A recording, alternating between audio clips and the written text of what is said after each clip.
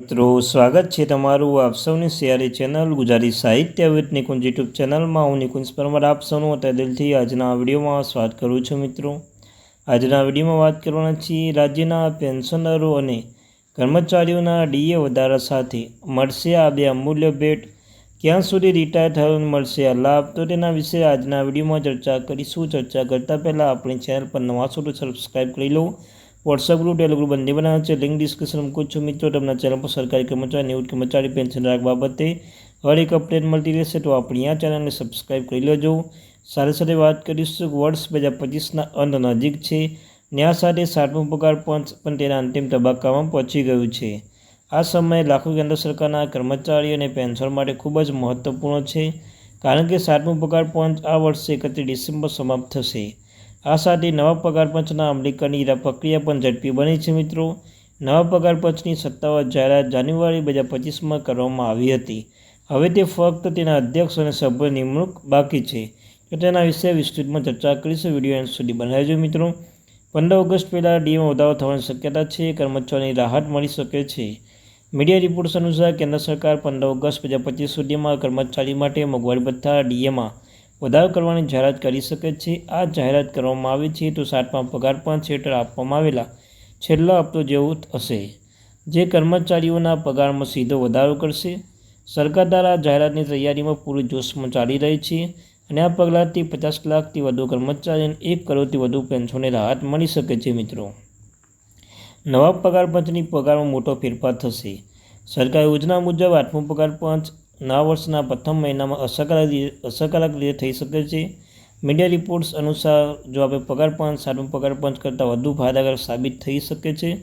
કર્મચારીઓના પગાર સાથે વિવિધ ભથ્થામાં પણ સુધારવાની અપેક્ષા રાખી રહ્યા છે, જેમાં ગડભાડા ભથ્થું, એચઆરએ, મુસાફરી ભથ્થું ટીએ અને મોંઘવારી ભથ્થું ડીએમાં સમાવેશ થાય છે।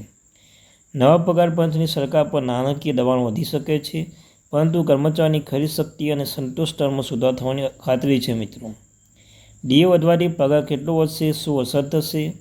તો કેન્દ્ર સરકારના દર 6 મહિને મોંઘવારી ભથ્થામાં સુધારો કરે છે, જે એઆઈસીપી ડેટા સૂચકાંકના આધારે નક્કી થાય છે। હાલમાં કર્મચારીઓને આપવામાં આવતા મોંઘવારી ભથ્થા લગભગ 50% જેટલો થઈ ગયો છે। જો આ વખતે મોંઘવારી ભથ્થું 4% વધારો થાય તો તેની પગારમાં મોટી અસર થશે। ઉદાહરણ તરીકે, જે કર્મચારીનો મૂળ પગાર 18,000 રૂપિયા છે, તો તે મોંઘવારી ભથ્થામાં અને અન્ય ભથ્થાઓની મદદથી તેના પગારમાં હજારો રૂપિયાનો વધારો મેળવી શકે છે। મિત્રો તો વાસ્તવિક પગારમાં ફીડબેક ફેક્ટર દ્વારા નક્કી કરવામાં આવશે। ગયા પગાર પંચમાં ફીડબેક ફેક્ટર 2.57 નક્કી કરવામાં આવ્યો હતો, જ્યારે આ વખતે સંભવિત શ્રેણીમાં 1.83 થી 2.46 વચ્ચે હોવાનું કહેવામાં આવી રહ્યું છે। જો તે મહત્તમ 2.46 સુધી પહોંચે છે તો 18,000 મૂળ પગાર સીધો 44,280 સુધી પહોંચી શકે છે। એ છઠ્ઠા પગાર પંચ દરમિયાન 54% વધારો જોવા મળી શકે છે, જ્યારે 7મા પગાર પંચ ફક્ત 14.3% સુધી મર્યાદિત હતું। આ સ્થિતિમાં કર્મચારીઓને હવે નવા કમિશન પાસે ઘણી અપેક્ષાઓ છે। મિત્રો બધાની નજર સરકારની જાહેરાત પર છે। શું કોઈ મોટો ફાયદો થશે? તો કેન્દ્ર સરકાર પર વર્ષના અંત પહેલાં કર્મચારીઓ અને પેન્શનને સ્પષ્ટ લાભ આપવા તરફ પગલાં લેવાનું દબાણ છે। નવા પગાર પંચ પ્રક્રિયા ભલે શરૂ થઈ ગઈ હોત, પણ જો 15 ઓગસ્ટ 2025ના રોજ ડીએ વધારો જાહેર કરવામાં આવે તો તે સરકાર માટે એક મોટું સકારાત્મક પગલું માનવામાં આવશે। હવે બધાની નજર સરકારની સત્તાવાર જાહેરાત પર છે। તો મિત્રો 2 દિવસ પછી 15 ઓગસ્ટ છે, તો મિત્રો આ 2 દિવસમાં શું ડીએ વધારો થઈ શકે છે? શું ડીએ કેટલો વધારો થશે? 3 થી 4%? મિત્રો કઈ પણ અપડેટ આવશે, સત્તાવાર માહિતી આવશે તો આપણી ચેનલ પર ગુજરાતી સાહિત્ય વિથ નિકુંજ ચેનલ પર મૂકી દેવામાં આવશે। તો ચેનલ સબસ્ક્રાઈબ કરી લો। મિત્રો થેન્ક યુ।